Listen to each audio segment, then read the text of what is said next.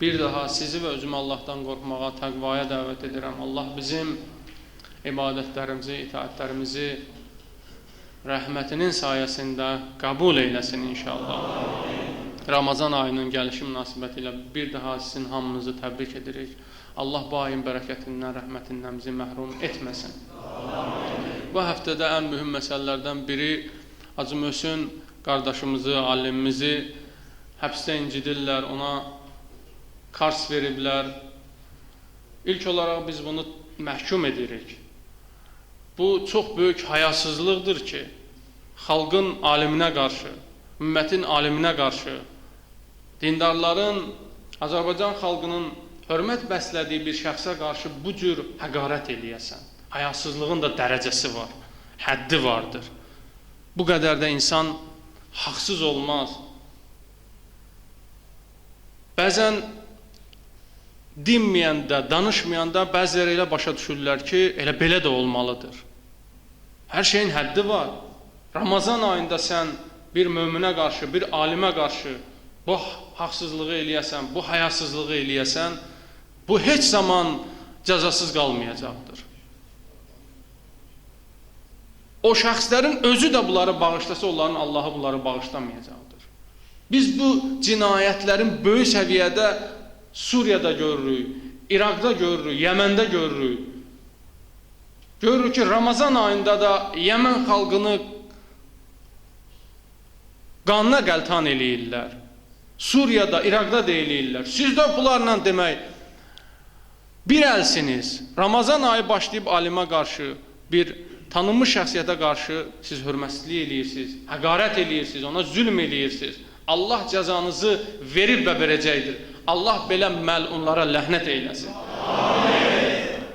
İkinci əhəmiyyətli məsələ budur ki, Ramazan ayı daxil olub. Ramazan ayı bərəkət ayıdır, rəhmət ayıdır. Ramazan ayında Allah öz bəndələrinə rəhmət qapılarını laybalay açmışdır. Vaxtımız az olduğu üçün biz qısa toxunmağa məcburuq. Allah Quran-ı Kərimdə bizə vədələr verir.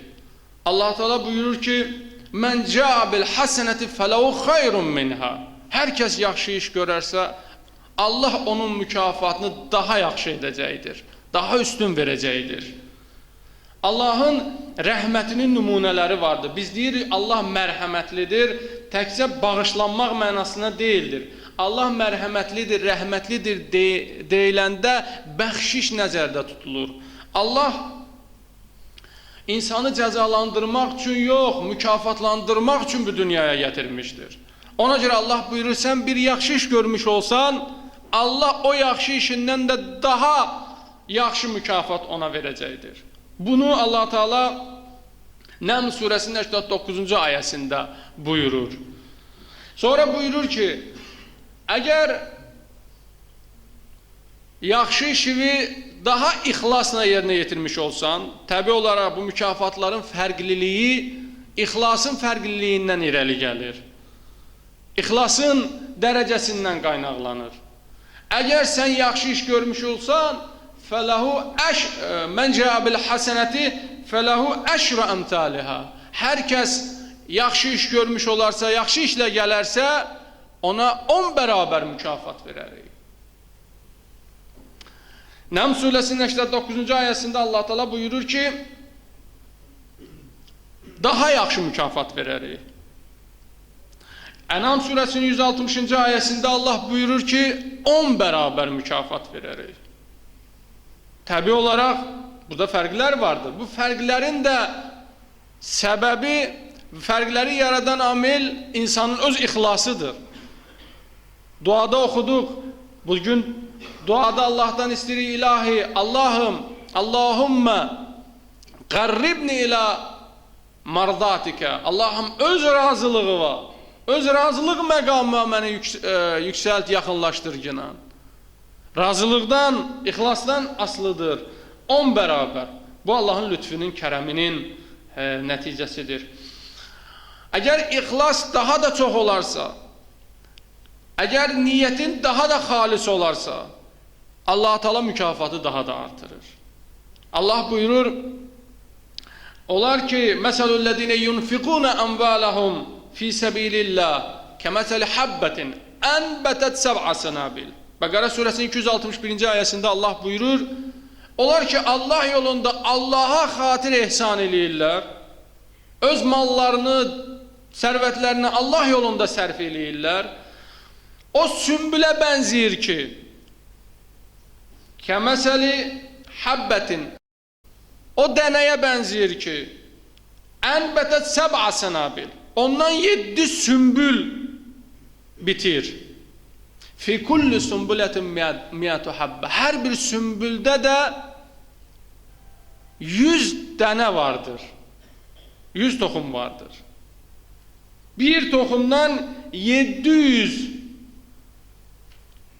toxum bitir və artır.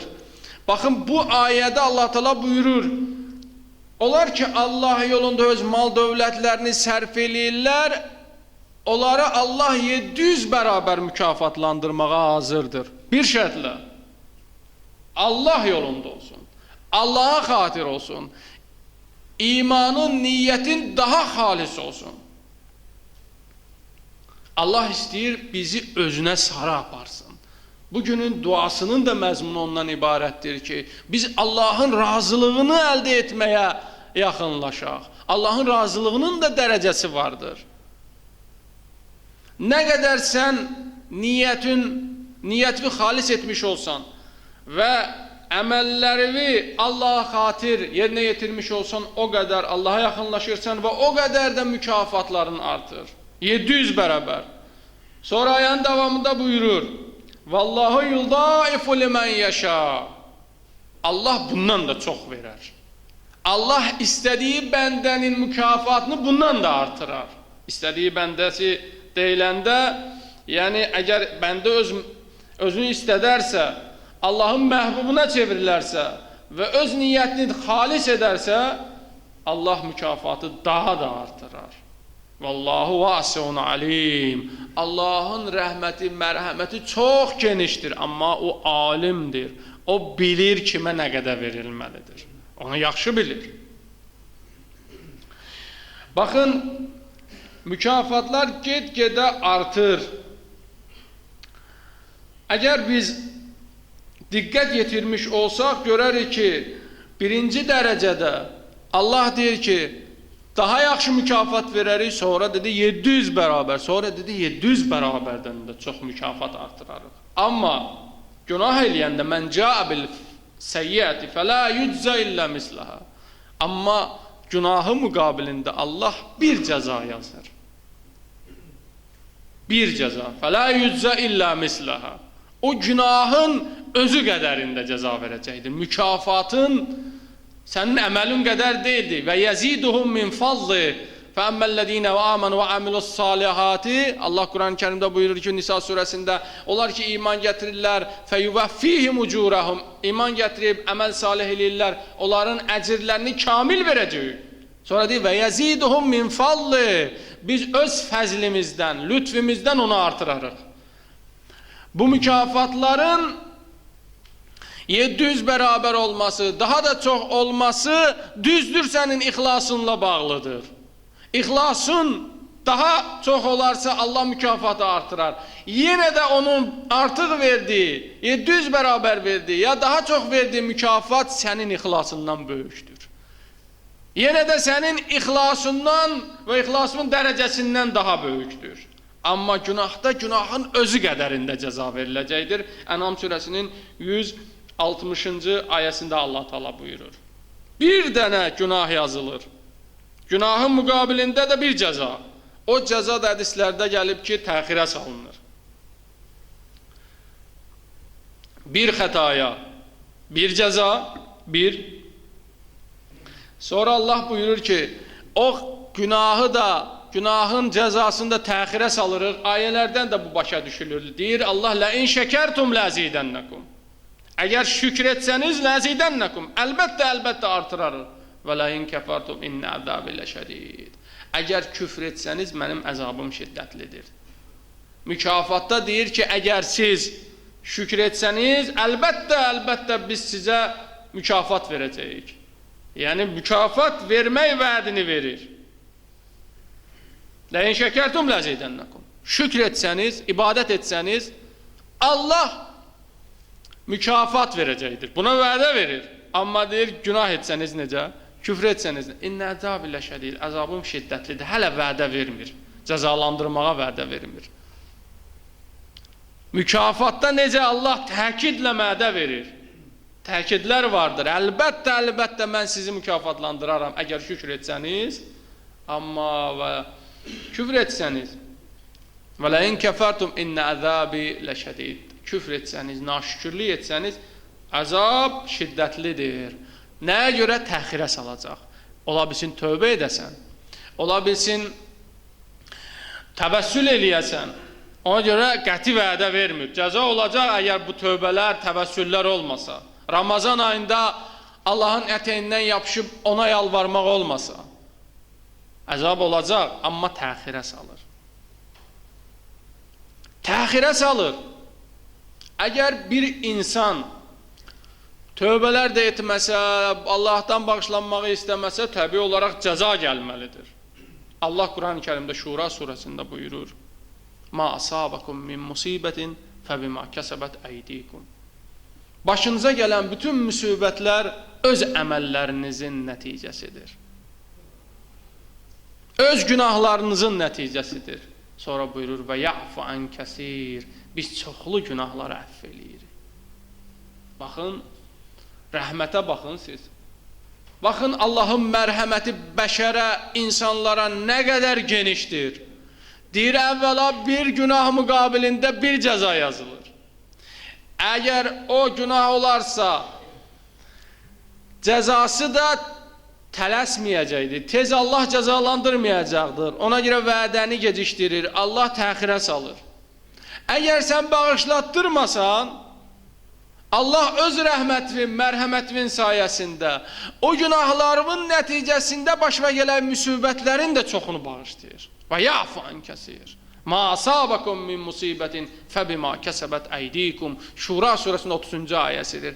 Başınıza gələn bütün bəlaların səbəbkarı özünüzsünüz. Öz günahlarınızdır. Və ya'fu an kəsir. Amma çoxlarını biz əfv eləyirik. Çoxlarını biz bağışlayırıq. Bundan böyük mərhəmət. Baxın, Allah bəndəsinə nə qədər sevimlidir, nə qədər mərhəmətlidir. Bu hələ adi aylardadır. Bu ayələr adi aylara aiddir. Ramazan ayında ki, Allah bizim nəfəsimizə bərəkət verir. Sənin nəfəsələrin təsbih edir. Yuxuların ibadətdir. Allah bütün bunlara qiymət verir ona görə ki, sənin günahlarını əfv eləyə. Günahların yoxdursa sənə məqam verə, sənin məqamını yüksəldə. Bu ayda əgər bir insan bağışlanmazsa, yəni oruç tutmazsa, oruç tutarsa nəfəsi ibadətdir, təsbihdir, yatmağı ibadətdir. Bu orucu ilə bağışlanmasa, ya oruç tutmasa, Allahın qəzəbinə düçar olarsa da öz günahıdır. Əgər bu qədər bizə Allah mükafat və ərə verirsə, bu qədər bizi mərhəmətləndirirsə, biz orucumuzla günahlarımızı əridə bilmiriksə, oruc günəşimizlə günah buzlarımızı əridə bilmiriksə, bu bizim öz günahımızdır. Bu bizim öz səhvimizdir. Biz ibadətlərimizi artıraq, diqqətimizi Allaha artıraq, işlərimizdə özümüzə söz verək. Qeybət edirdirsə bu ayda söz verək ki, bundan sonra qeybət eləməyək. Yalan danışmışıqsa bu ayda söz verək, yalan danışmayaq. Günahları tərk eləyək. Musa Peyğəmbər Allahla danışığa gələndə gəldi, ağacdan səs gəldi, yaxınlaşdı, dedi, Fəxlən əleyk, innəkə bilvadil müqəddəsi tuva. Musa, sən müqəddəs bir yerdəsən, öz ayaqqabılarını çıxar, nə əlivi çıxart ki, sən bu Ramazan ayındasan, müqəddəs aydasan, Allah səni qonaqlığına çağırmışdır. Duitum ilə ziyafətillah, Allahın qonaqlığındayıq. Qeybət ayaqqabılarımızı, yalan, böhtan, suizən, bütün bu ayaqqabılarımızı çıxardaq, bu libaslarımızı qoyaq çöldə, evə daxil olmuşuq, Allahın qonaqlığına daxil olmuşuq. Bu qonaqlıqda da biz yalan danışaq. Böhtan deyək, həsəd eləyək, tamakarlıq göstərək, Bunlar hamısı bizim nöqsanlarımız olacaqdır. Bunlar mane olar ki Allah rəhmətli sənə nazil eyləsin. Sən Allahın müqəddəs ayındasan. Şəhrullah, Allah ayındasan. Duitum ilə ziyafətillah, Allahın ziyafətindəsən. Musa Peyğəmbər Allahla danışanda o ağacın dibində Allah dedi, çıxart ayaqqabılarını, çıxart. Sən də qeybəti tərk etməlisən, yalanı tərk etməlisən, müqəddəs bir aydasan, müqəddəs bir məkandasan, Allahın qonaqlığındasan. Allah bizə bu ayın qonaqlığını nəsib eyləsin inşallah. Allah bizə öz sevimli bəndələrinə verdiyi mükafatları bu ayda bəxş eyləsin inşallah. Allahım günahlarımıza qələm əfvi çəkkinəm. Pərverdigara zalimları bu aya xatir, bu günlərin əzəmətlərinə xatir, Qədir gecəsinə xatir, məhv nabud eylə yine. Müsəlmanlara, həbsdə olan qardaşlarımıza zülm eləyənləri məhv nabud eylə yine. Pərverdigara İmam Zaman ağanın əli ilə, Əhl-i Beytin duası ilə onları tezliklə cəzalandır yine. Pərverdigara bizim qardaşlarımıza, dindarlarımıza, xalqımıza, xüsusilə ruhanilərimizə, həbsdə zülm eləyənləri bu gecəyə xatir, bu günə xatir, bu günlərdə verdiyin vədələrə xatir, bu gündə İmam Zaman ağanın elədiyi dualara xatir məhv nabud eylə yine. Onları rəzil edib sən daha rəzil eylə yine. Pərverdigar aqibətimizi, ahirətimizi xeyr eylə yine. Bizim namərdlərə möhtac eyləmə yine. Müsəlmanların birliyini, vəhdətini bərpa eylə yine. Tökülən qanlara xatir Yəməndə, Suriyada, İraqda İmam Zaman ağanın zuhurunu təcil eylə yine. Pərverdigara bu ibadətlərə xatir, bu oruc ağızlara xatir, bu oruc ağızların dualarına xatir həbsdə olan qardaşlarımızı izzətlə azad eylə yine. Onları şərliyib həbsə atanları məhv nabud eylə yine. Onları tezliklə rəzil eylə yine. Onların həvadarlarını məhv nabud eylə yine. İmam Zaman ağanın zuhurunu təcil eylə yine. Bismillahirrahmanirrahim. Qul huvallahu ahad. Allahus samad ləm yəlid və ləm yulad və ləm yəkun ləhu kufuvan ahad.